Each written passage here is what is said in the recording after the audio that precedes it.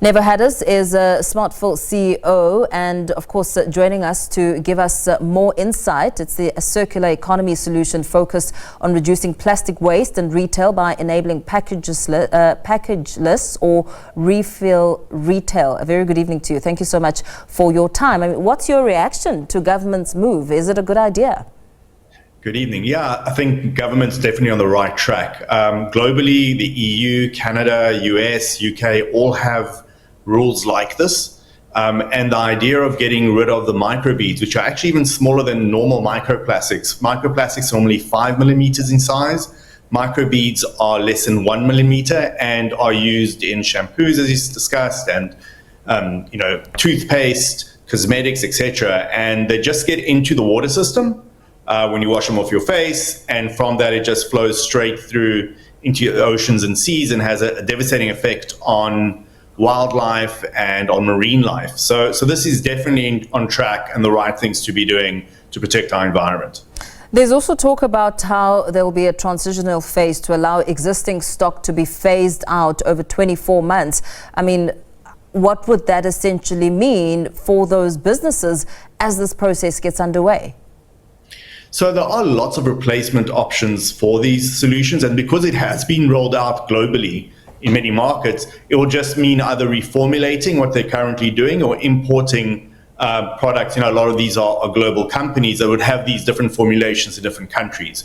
So you find that the big global cosmetics companies will have a different formulation in the EU compared to what they'd have in South Africa or in Southeast Asia, really depending on the regulatory hurdles that they have to meet there.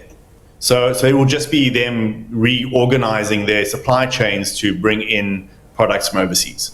What is the environmental impact of microbeads compared to other forms of plastic pollution? So it's a great question. I mean, in truth, no one really knows what the long-term effects are of microplastics.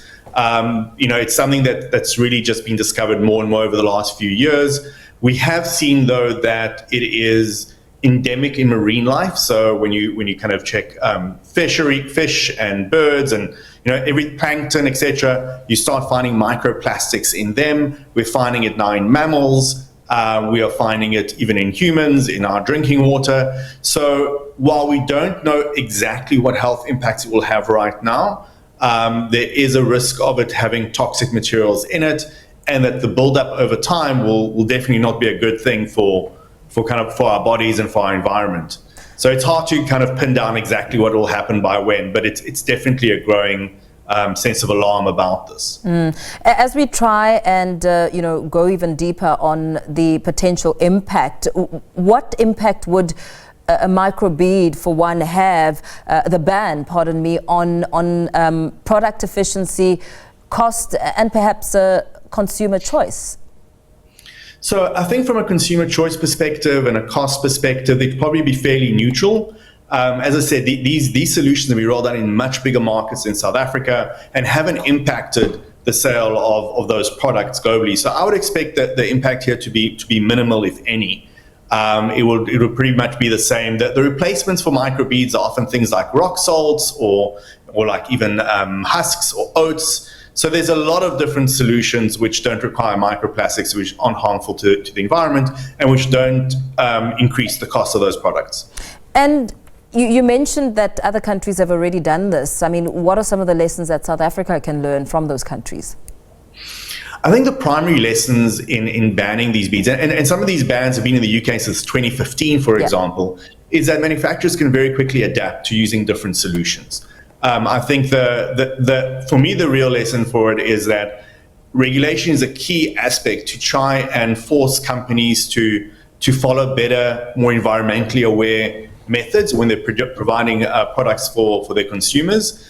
And that government has a very important role as a watchdog to ensure that companies are meeting far more stringent requirements than they do right now. And is there capacity in the policy framework, do you think? I think there is. I haven't looked at it in detail and I don't know all the analysis of it yet. But if I look at what's happened globally and I assume that they have followed most of that, there's definitely capacity to do that. Very well. Thank you so much for speaking to us. Nevo Hadas is Smartful CEO, speaking there as government moves to a total ban of microbeads.